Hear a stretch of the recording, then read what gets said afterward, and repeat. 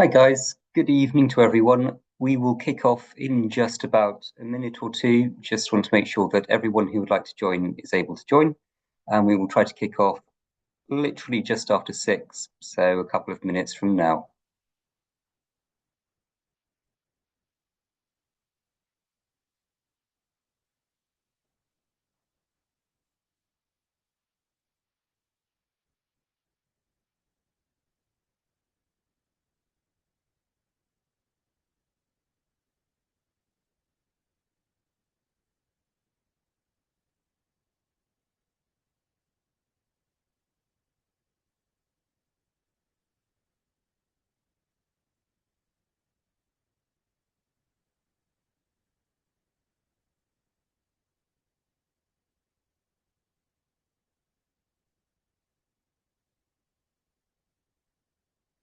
We will give it just about one more minute, and then we'll kick things off.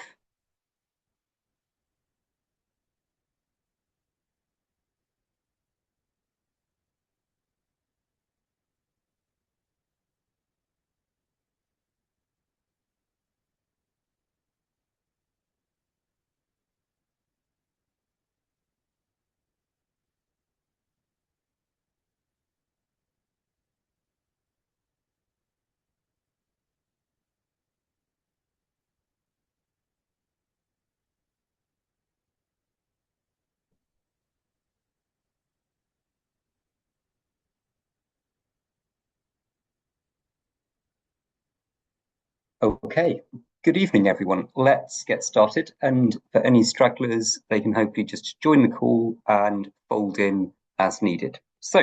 I will introduce myself properly in just a minute. But firstly, I wanted to thank you for giving up part of your evenings to join this talk. So, this is part of a series of seminars that we're running throughout the academic year, focused on various parts of obviously the university application process, but also more broadly school level and university level academics. And you can see at the bottom of my screen, we've got talks being run by Oxbridge Applications, by A-List Education, which is our international university consultancy, the Medic Portal, the Lawyer Portal, which are our specialist consultancies, and so on. So if you haven't already been to one of these talks or webinars, then please sign up to the mailing list, and we've got an exciting program of events over the next 6 to 9 months, and we keep these sessions rolling throughout the year.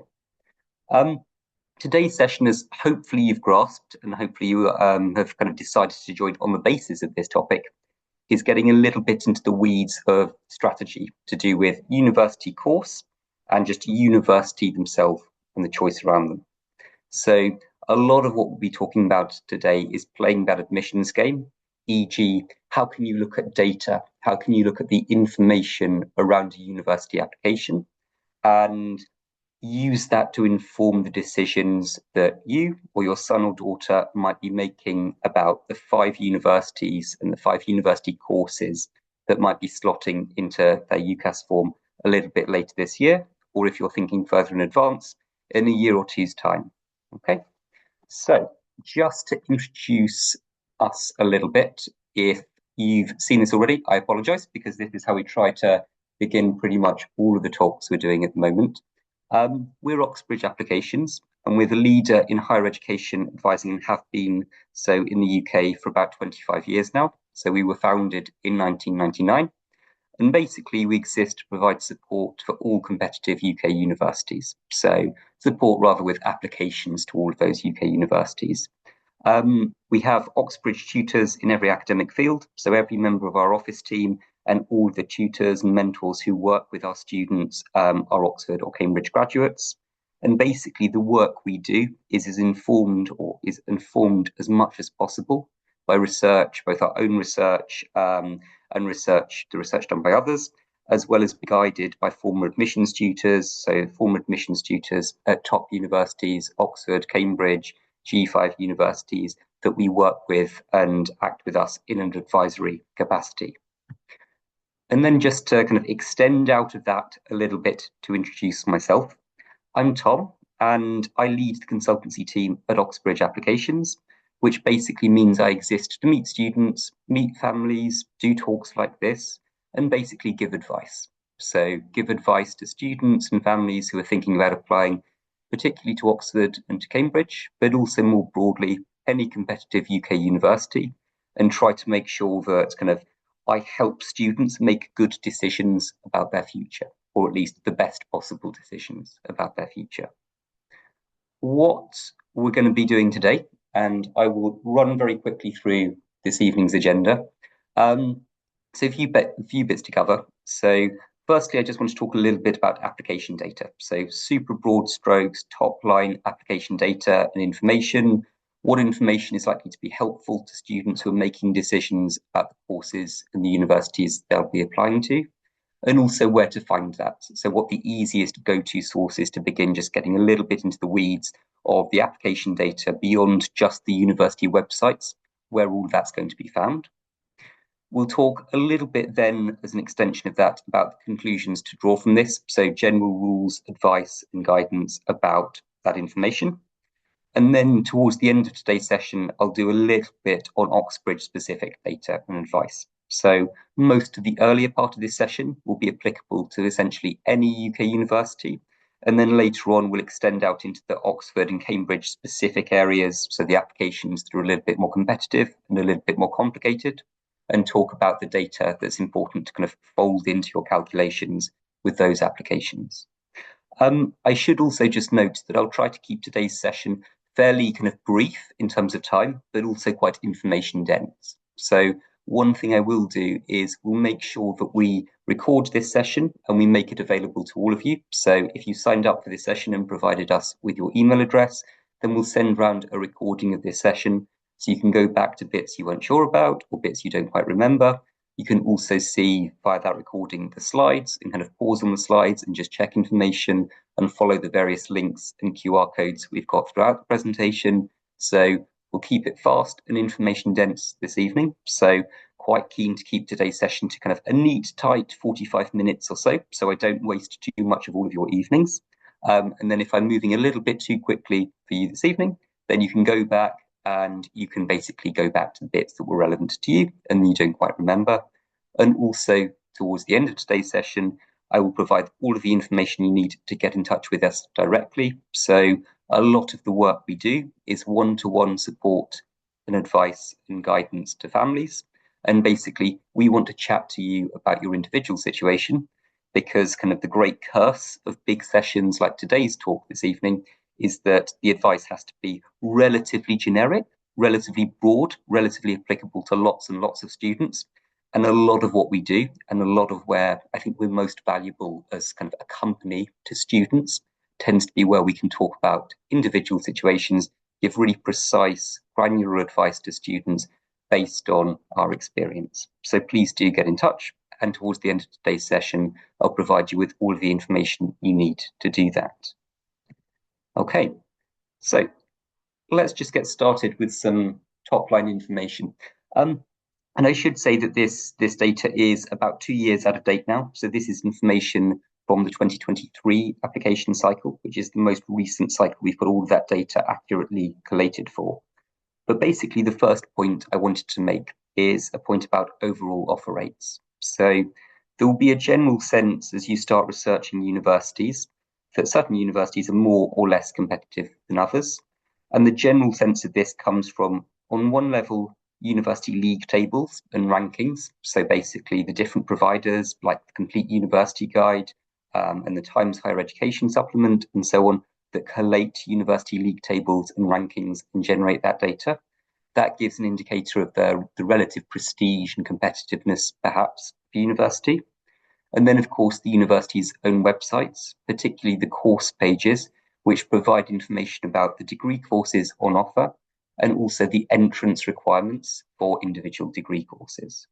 So that can give you a general sense if you go on a university website and see that a given course has a standard offer of A-star AA. You as a student can map that quite easily across the predictions you think you're going to achieve, or the predictions your teachers have already told you you're going to have, and you can work out generally whether you might be competitive or not competitive for that course. But there is a level beneath that. So even within this bracket of top universities, so pretty much all of the universities I've got listed on screen at the moment, within the UK top 15, top 20 for most of the subjects they offer, there is a massive, massive gap between relative competitiveness and the relative overall offer rates of those universities.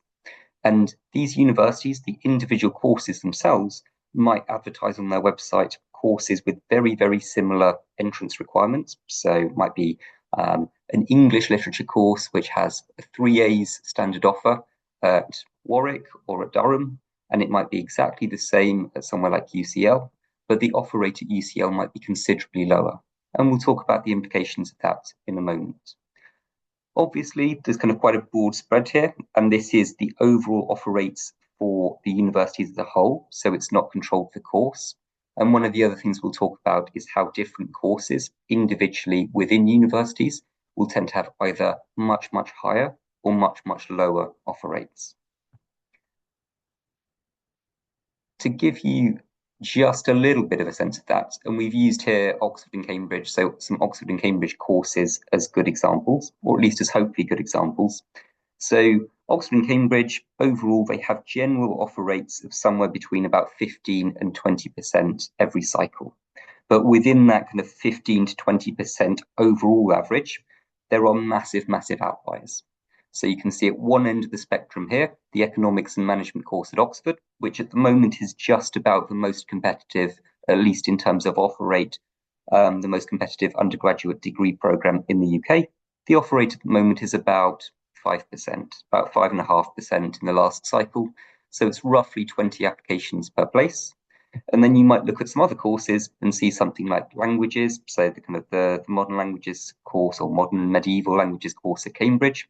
And although it's 50% on this graph, the offer rate for some language streams, so language streams like French, like Italian, like Spanish, in the last couple of years has even been higher than 50%. So more than half of all of the applicants who've been applying to some of these courses in the last few years have received an offer. Okay. It's not a perfectly kind of linear relationship in the sense that it is not 10 times as hard to get in for economics and management at Oxford as it is to get in to study French at Cambridge, but it can give you a general sense of whether a course might be more or less difficult to apply competitively for. Again, one thing we'll also talk a little bit about, and I'll reassure you, particularly at the end of today's session about, is that this is not a cynical statistical exercise. I'm not telling someone who wants to apply for E&M at the moment, oh no, it's a 5% offer rate, have you considered applying for French literature? Because those are enormously different degree courses, but it does speak to something that I think more students should begin to at least factor into their decision making, which is how competitive individual courses at specific universities can be, and begin at least, and we'll talk about this again a little bit later on, and begin at least to consider similar or adjacent courses and work out, one, whether those are primarily also a good fit for a given student's interests, but also might present a slightly higher chance of getting the offer they want at the end of the day. So what I'd kind of like to just zoom in on briefly now is talk a little bit about relative offer rates for kind of courses that can look pretty similar on the surface. So I've chosen a couple of examples here, and we've got the example of the economics degree, so the pure BSc or BA in economics at the University of Warwick, and then we've got the equivalent pure economics bachelor's at UCL, so University College London. And both of those courses have functionally almost identical entrance requirements. They both ask students to sit the TMUA, so the maths entrance test. They both ask students to be doing at least maths as an A-level or equivalent under other curriculums, and have a general and fairly strong preference for students also doing further maths. They both have identical kind of standard entrance offers. So the standard offer for both courses is typically A star AA. And yet there is a massive difference between their offer rates. So as you can see here from the data, just over half of the candidates who are applying for the pure economics course at Warwick are given an offer, and it's about 1 in 5 the economics course at UCL. So just as a starting point, there is one really easy way beyond just the standard entrance requirements. You can get a general sense of the actual competitiveness of a given course. And this is a tool that UCAS has launched in about the last year and a bit. So it's not a perfect tool, so it's still a little bit rough around the edges, and it doesn't collate all of this data for every course available at UK universities.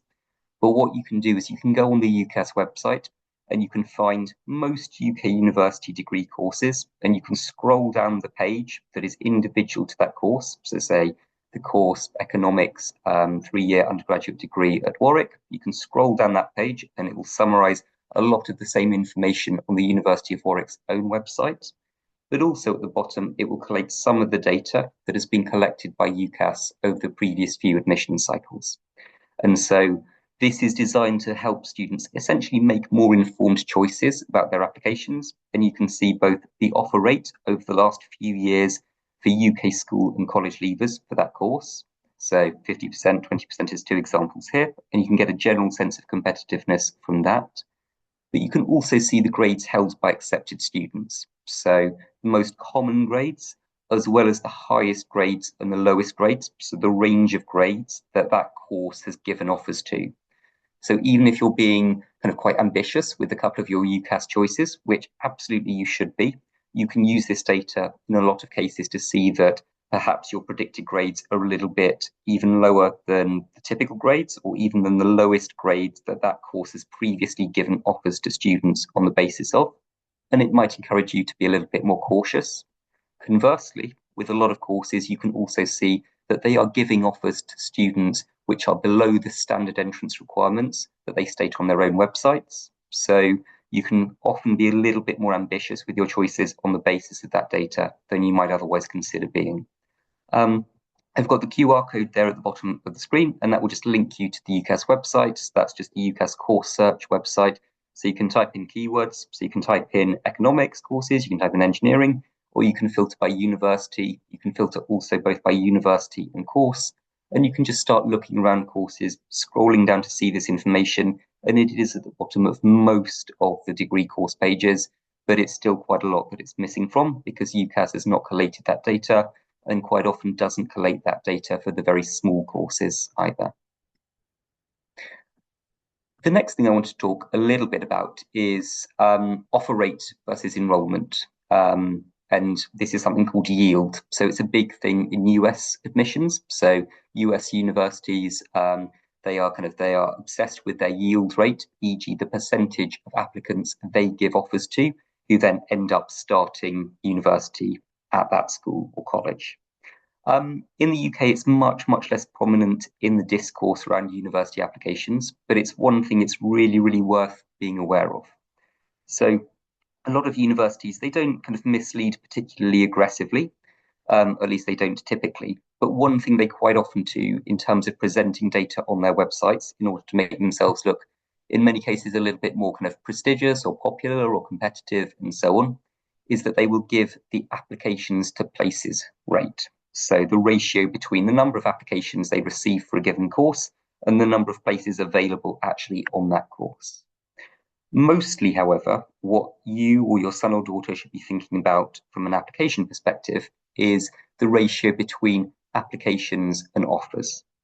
So in the UK, outside of Oxford and Cambridge, where their yield rates are very, very high, so often for a lot of courses, well over 90% of the students who are given offers by Oxford or Cambridge end up starting at either Oxford or Cambridge, so starting a degree there. For pretty much every single university that is not called Oxford or Cambridge in the UK, they massively overoffer, or at least they significantly overoffer. So you can see here, even a super, super prestigious, top 10, top 15 global university like the LSE, you can see that in the 2023-24 application cycle, they gave way over 2 times the number of offers that they actually had students enrolled for. So they deliberately overoffered. So they gave out more than 2 times the number of offers that they actually had places available at the school, just in order largely to kind of mitigate students going to other universities. There's a little bit of students missing their grades in that data, but mostly for a school like LSE, it's students going to Oxford, Cambridge, universities like St Andrews, Edinburgh, UCL in some cases, and then also to lots of competitive international universities as well. So this is mostly a solid and kind of positive thing from an applicant's perspective, because it means that quite often the actual offer rate for a seemingly super competitive course can be higher than is kind of hinted at or indicated on the website.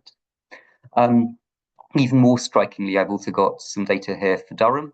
So you can see that for Durham, and again, you might have grasped this from the kind of the infographic I had up earlier, giving the overall offer rate for certain top UK universities earlier. Durham has a super high overall offer rate. So at the moment, in the last application cycle, or the last full application cycle, Durham actually gave offers to just over 3/4 of the applicants who submitted applications. So just over a 75% offer rate. Again, that varies significantly course to course. Courses like economics and engineering have significantly lower offer rates than courses like theology, and we'll talk about that in a moment.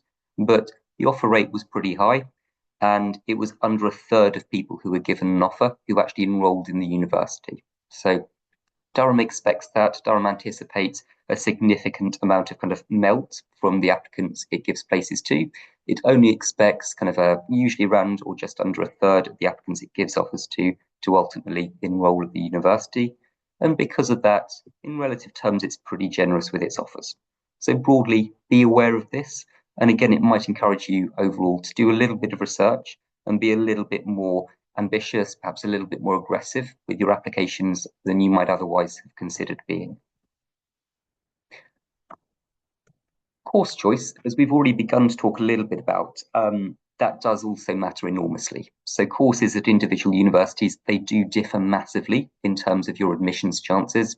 So we've already looked at a few examples, say kind of economics and management versus languages, but it's a really broad spectrum.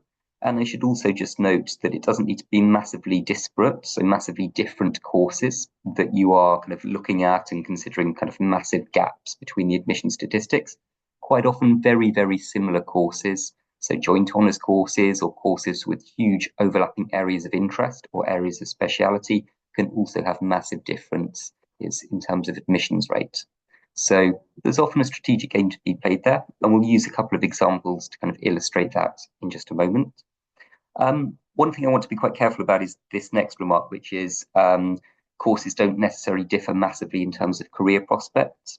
There are some exceptions to that. So certainly kind of super vocational degrees like medicine or veterinary medicine or engineering, they do have kind of or lead typically to professional training. So it is typically much, much more strict in terms of what you can apply to study at university, leading into certain professional roles.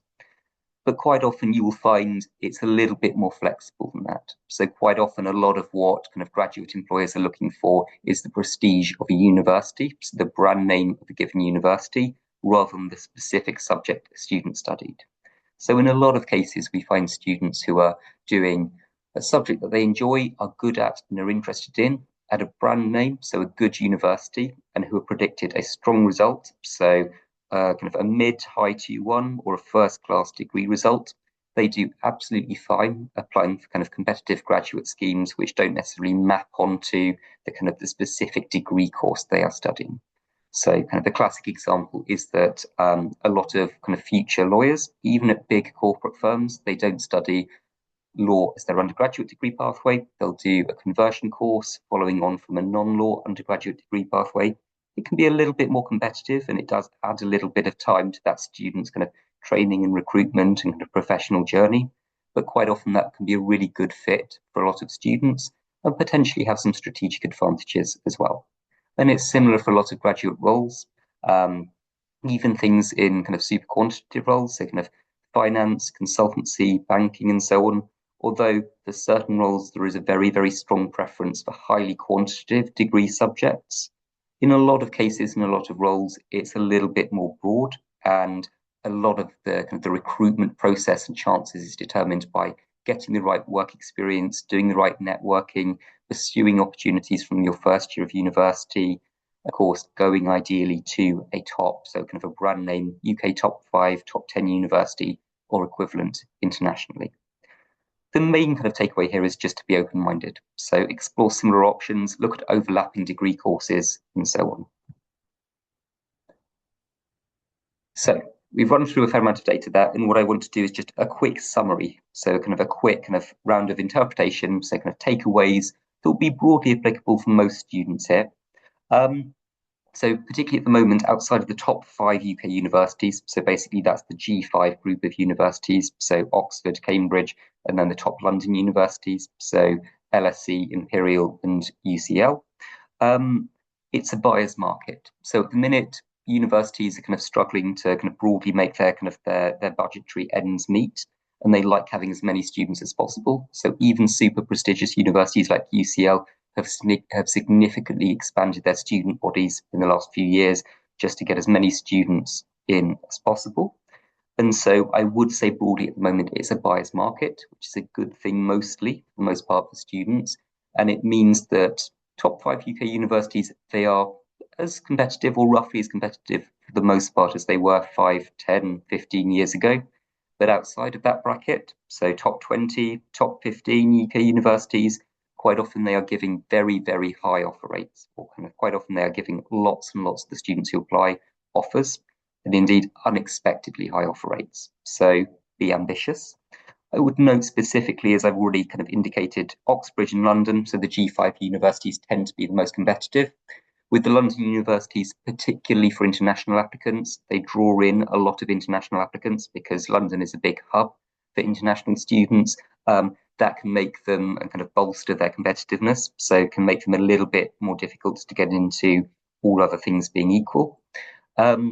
Scotland as well, so particularly Edinburgh and St Andrews, so the two most competitive Scottish universities typically, they are competitive and they're a little bit weird in terms of how predictable the applications to the Scottish universities can be, because there are kind of complexities around fee status, so Scottish students versus rest of UK students versus EU versus full overseas students. Again, that creates complexities and often means that Edinburgh and St Andrews, particularly for certain courses, can be randomly very, very competitive.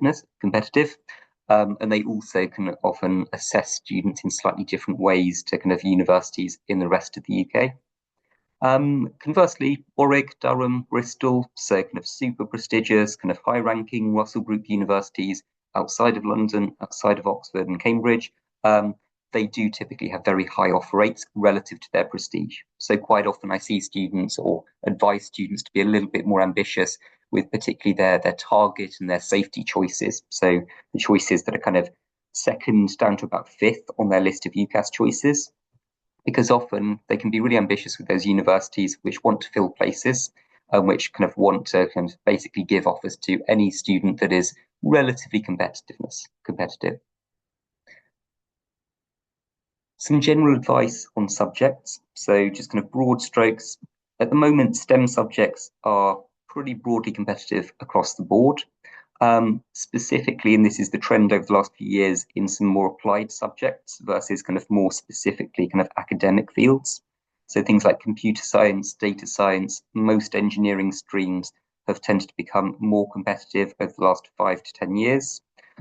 Courses like maths, physics, biology, chemistry, natural sciences, and so on, they're still competitive, but the kind of the offer rates of those courses have remained relatively stagnant overall over the last 5 to 10 years. Social sciences, so kind of middle of the spectrum here, we've got massive variations in the data. So subjects like economics, law, PPE, quite often subjects that students tend to think lead most directly, and quite brightly in some cases do lead most directly to potentially lucrative or serious career paths. Those are very competitive often, particularly at the top universities.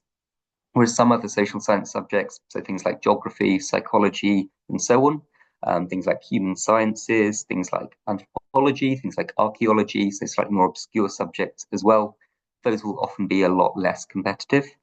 And then the humanities, so humanities subjects are suffering a little bit more at the minute. So a lot of humanities subjects, even at the very top universities, so even at Oxford and Cambridge, have seen significantly declining numbers of applicants. And conversely, although the universities are adjusting a little bit accordingly, so reducing the number of places available on humanities courses and increasing the numbers of places available on STEM and social sciences courses, the offer rates are and have been for a lot of these courses climbing over the last few years. So particularly languages, music, classics, theology, they tend to have very, very high off rates, and even core humanities subjects. So things like history, things like English and so on, those have also had either stagnant or kind of increasing offer rates over the last few years, even at the very top universities, so Oxford, Cambridge, and so on. Okay, so let's just do a little bit of Oxbridge specific advice. So these are kind of the slightly more competitive applications typically, as we kind of shown in the data earlier, and they're also quite often the slightly more competitive, the slightly more complex applications. So applications basically where there are a couple of extra hoops to jump through, and there's a little bit of additional complexity in terms of things like admissions test, and in terms of things like college choice. So we'll just run through a little bit of information about those things. Courses. So this again is kind of pretty good advice for most universities, but it's particularly true of Oxford and Cambridge because they have quite a high concentration of kind of what I might informally call weird courses. So degree courses which don't map directly onto subjects you might be doing at A level or for your IB subjects and so on. So quite often it requires a little bit of searching around the course options available at Oxford and Cambridge to find what you're looking for. And often that can be quite a positive and potentially kind of statistically interesting thing to do. So if we began with an example of, say, a student who was interested in biology, and biology was their best A-level subject or their best IB subject, and what they were most interested in, then you can begin by saying, okay, I want to apply to study a biology degree at university. And then you can do a little bit of wider research. So you can begin to look at courses which have an enormous or a relatively significant amount of biology content, which aren't just pure single honours 3-year biology degrees. And so you could look at all of these different courses. So this is just a selection of courses that are offered by either Oxford or Cambridge, which have large amounts of biology or biology kind of centric content. So right at the top there, you would have the natural sciences course. So that's a big course that's available or offered by Cambridge. And it's an enormous course, which is about 800 students across all different streams every year. And it's got a pretty generous overall offer rate. So at the moment, about 1 in 4 applicants to that course gets given an offer, versus something like, for example, biochemistry or biomedical sciences, both of which are slightly smaller Oxford courses, also with big elements of biology, where the offer rates are about half of that. So that can give you kind of a general sense of relative overall competitiveness. And you can also look at slightly more obscure subjects, so slightly kind of less direct corollaries. So psychology, human sciences, biological anthropology, archaeology, earth sciences, all of these are subjects kind of offered in one form or another by Oxford, by Cambridge, and by lots of other top universities as well, which involve kind of a lot of core biology content, but which might either kind of offer a kind of a slight statistical advantage, or might, and this is a crucial thing to note, might just be a really good fit for an individual applicant's interests. So look around the subjects, don't just think linearly about your A-level or your IB subjects and what those map through to. Explore adjacent subjects, do your research, spend time on it. So if you're still on the Easter break, because I think a lot of you are returning to school at the beginning of next week, do some research, kind of look up courses, go on the course pages of Oxford and Cambridge. They're quite good because they collate that information quite neatly, and they have relatively few undergraduate degree programs available. So it's a manageable amount of data to wrestle with versus somewhere like UCL, which has hundreds and hundreds of different undergraduate courses.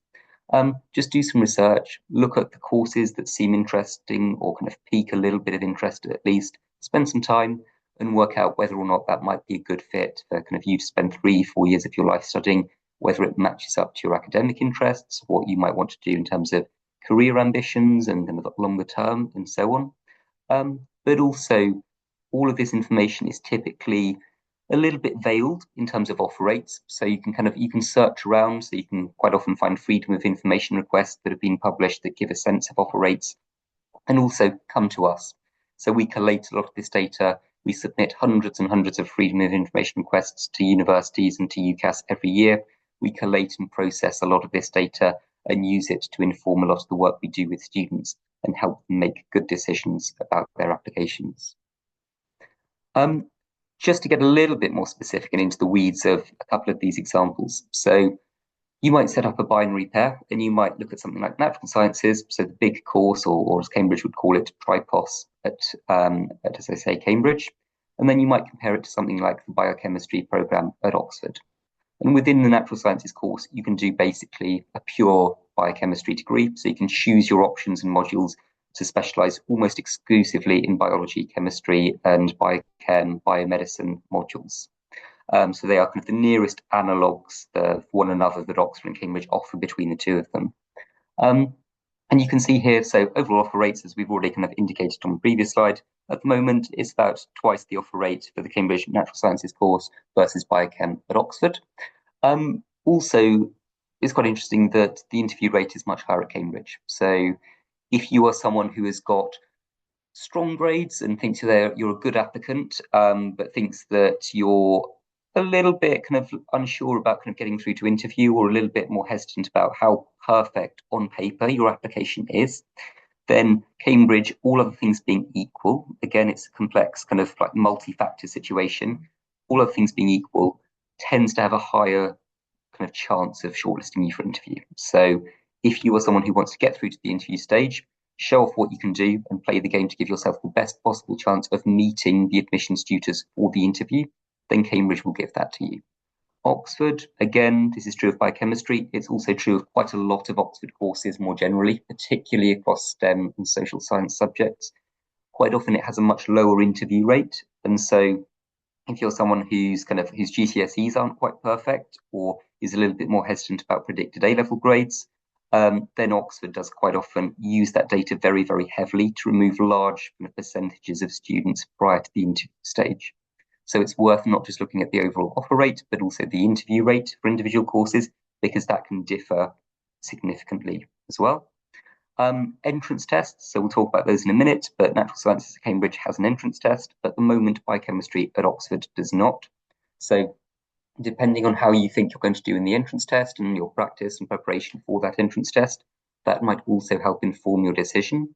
And because the entrance test for most STEM courses that ask for an entrance test at both Oxford and Cambridge is sat well in advance of the interview decision being made, the admissions tutors factor in that entrance test data, so your results in that entrance test, into working out whether or not they're going to shortlist you for interview. So that can inform that decision making as well. And also, just broadly, there's a kind of a general point here that we'll talk about a little bit more in a moment between Oxford and Cambridge and kind of college offer rate variance. So generally, Cambridge does have a little bit more college offer rate variance. So colleges can have significantly higher or lower offer rates quite frequently for even the same course at Cambridge, versus Oxford, where they work a little bit more proactively to move students and reallocate students in the application process between college. So there's less offer rate variance typically overall for Oxford, particularly once the pooling system, which we won't get into the weeds of today, but there is a system called the pooling system, which moves applicants around colleges. That's a little bit more powerful at Oxford. So once that's had its way, students generally have a relatively more even chance of getting overall admission to Oxford, irrespective of the college they apply to, than they would at Cambridge. Admissions weightings. So again, this differs a lot subject to subject, but I just wanted to use kind of an illustrative example here. So we've got just an extract here, so a grid from the Oxford PPE admissions report in the last cycle. And you can freely find this full document online, so you can search for this. And Oxford in particular releases admissions reports for most subjects that students are applying for. So you can go through all of that data online. And this is quite a helpful table because it gives you a sense of how the admissions tutors, prior to interview decisions being made, how they're assessing you and the weighting of various factors in your application. So entrance test, so for PPE, that's a test that used to be called the TSA. They've now changed exam board and effectively renamed it the TARA. So it's a little bit different this year, but fundamentally it's a very, very similar paper. That's got a massive, massive weighting, and we'll talk about admissions tests in a moment. GCSEs, so your final GCSE results, they have a high weighting as well. And similar for predicted or actual for post-qualification applicants, A-level performance, or again, equivalent, so IB, AP, French baccalaureate, whatever performance in the subjects you're doing. all of those are the three things that basically are most heavily weighted in terms of deciding whether or not you get shortlisted for interview. And then perhaps the kind of the main conclusions, the main thing to draw from this is that something like the teacher's reference, so the reference letter your teachers will write about you as an applicant, that's typically, and this is true of most Oxford and Cambridge subjects, that's typically more heavily weighted than your own personal statement. So typically, what your teachers write about you as a candidate is a little bit more important than what you write yourself about, than what you write about yourself as a candidate, which is a weird thing. But again, basically, the universities trust teachers' references, and they trust that teachers write about hundreds of students over the course of a kind of a career or even a year in some particularly big schools' cases.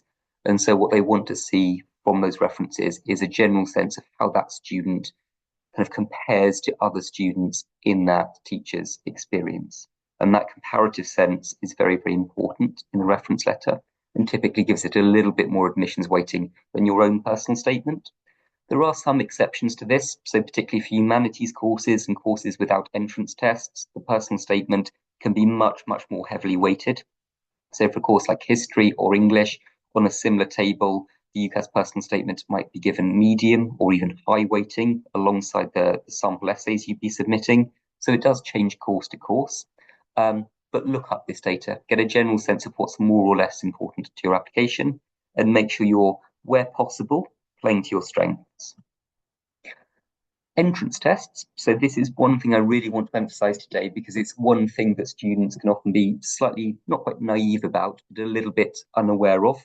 So the reason Oxford and Cambridge, and indeed other universities like Imperial and increasingly UCL and so on, the reason they use entrance tests is to just differentiate between candidates, all of whom have predicted strong results in standardized exams. So all of whom have good GCSE results, all of whom have good predicted A-level results. And so what the entrance tests are used to do is basically rank all of those very, very clever candidates directly against one another and differentiate between them. So this is usually what Oxford and Cambridge and other top universities use as a mechanism prior to interview shortlisting to work out who they should be interviewing, because everyone looks very, very strong on paper otherwise in quite a lot of cases. And so you can see here the data from TSA. So again, this is from the PPE admissions report for Oxford last year. And the TSA, so what it was called, it's now called the TARA, collated data. So this is from a question type in the TSA.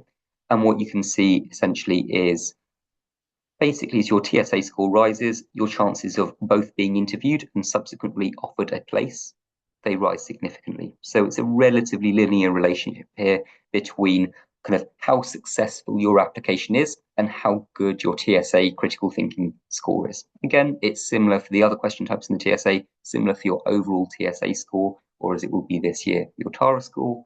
And this is true. So the graphs look pretty similar to this for pretty much all of the Oxford, Cambridge, Imperial entrance tests. So the entrance test you sit, typically in the autumn, might well be the single most important exam you sit in your life, because it's one exam that allows you to be ranked directly against every single other applicant, and which is an enormous determiner of your success in getting into a top university. So it's probably in many ways more important than individual A-level exam papers, even the university exam papers can be, because there will be multiple papers there contributing towards a final grade or classification. Whereas with the entrance tests, typically it's just one or at most two papers where you are ranked very, very ruthlessly against all other applicants for that course. Colleges. I don't want to, again, get into kind of too much into the weeds with this evening because it's a complicated issue and it's typically best for students to kind of chat to us directly about individual subjects and talk about individual situations. But I would say broadly, there is a little bit of a game to be played with college choice. So you can see some data here, and Oxford and Cambridge both made this data completely publicly available. So you can follow the QR codes at the top of the screen to see the data raw and kind of filter it according to the subjects that you're applying for. So you can literally go on the Oxford website or the Cambridge website and you can kind of filter out the data to show the offer rates for individual courses at individual colleges, either in the last few years or kind of collated and averaged over the last few years. And what you will see from that data is that there is a lot of kind of randomness in these samples. So The data does fluctuate, so the offer rates for individual courses at individual colleges, they do fluctuate and vary significantly year to year. So quite often the conclusions to be drawn are kind of relatively weak because, again, it's not perfect. The sample size is not particularly large, and there are massive fluctuations year to year in the data. But you can sometimes draw broad general conclusions about certain colleges being more or less popular amongst applicants than others. I would say, and I mentioned briefly earlier, the pooling system. So there is a pooling system in operation at both Oxford and Cambridge, which essentially is designed to kind of move students around, so move students between colleges to make sure that a student who deserves a place at the University of Oxford or Cambridge, but who applied to a particularly competitive college for a given subject in a given year, has a fair chance, so is either interviewed by another college or just their application is assessed directly by another college or another couple of colleges that might have been less popular amongst direct applicants, and it gives them a second chance. So you can't draw perfect conclusions here because even if you apply to a super competitive college, there is a decent chance that your application will be looked at by another college anyway that was a little bit less popular amongst applicants, and so you have kind of a second chance to get in, which kind of flattens out the kind of the college strategy kind of a little bit. Broadly, however, there is a little bit more. There is a little bit more to be gained by playing the kind of the game strategically than there is by kind of just kind of letting kind of random chance kind of go for your inform your application. And so broadly, I would say visit the universities for open days. Go around the colleges that you kind of that appeal to you, that kind of are a good fit. Do you think for kind of things you're interested in? So kind of location, size, accommodation quality, kind of kitchen facilities, and so on. But look at this data in advance. Look at the colleges that you think have had, or from what you can see, have had reasonable offer rates for the course you're thinking about applying for in the last few years, and use that to inform the shortlist of college you visit for open days over the summer. And it can give you a little bit of an advantage. So that success, so that relative advantage is a little bit more pronounced typically with Cambridge, as I've already said, than it is with Oxford. So Oxford, the pooling system is more powerful and works a little bit more aggressively than it does at Cambridge. And so Oxford, at least is kind of in the ideal use case, Oxford gives you a relatively even chance of success of getting into Oxford, irrespective of the college you apply to.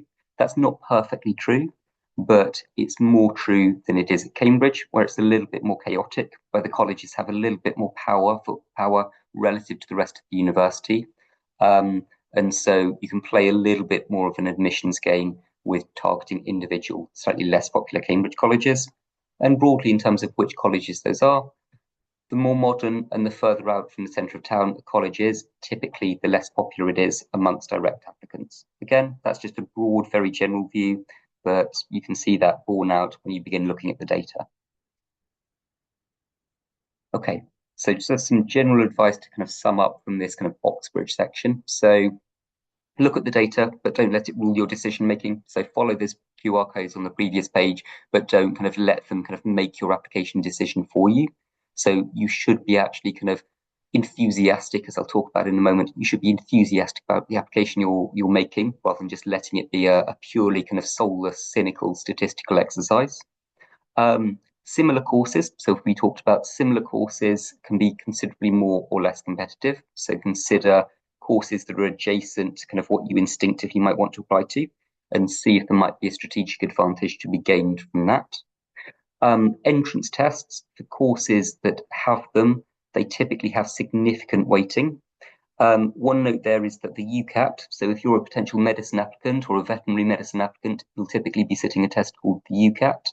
And usually, because you'll get your UCAT score immediately after sitting the test, usually you can take your UCAT score and use the UCAT score to inform how competitive the application you're making is likely to be, and use that therefore to inform the competitiveness of the universities you're applying to. So a very, very good UCAT score might encourage you to be more ambitious with the medicine or veterinary medicine courses you're targeting, and a weak UCAT score might encourage you to be less ambitious or to target specific universities that we can discuss with you, but specific universities that have or pay less attention to your UCAT score.